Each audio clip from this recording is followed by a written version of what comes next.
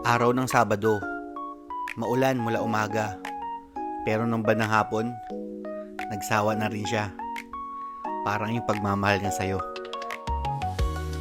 Ako si Benoy, marami akong gustong gawin, kaya tara, sumama ka sa kwento ko.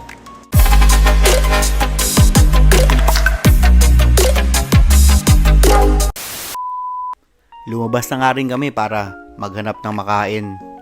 At naisip nga namin na magpanggap muna kaming Koreano kahit lang sa araw na ito. Kaya ito ang binili namin.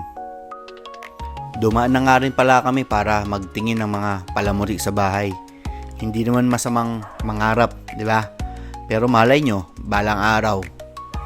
Dito nga pala yan sa Karael, Botolan, Zambales. At ngayong nasa Botolan na kami, naisip na lang namin na dumiretso na lang umuwi sa Bukaw.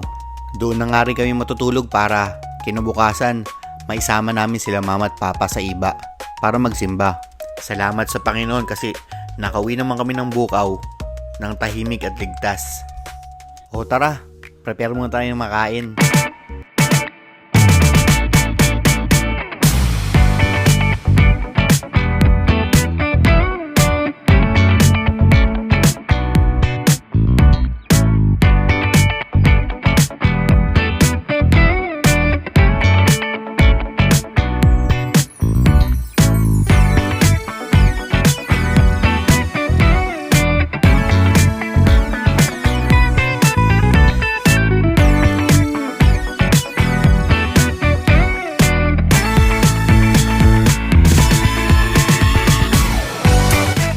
At ayun lang guys. Salamat.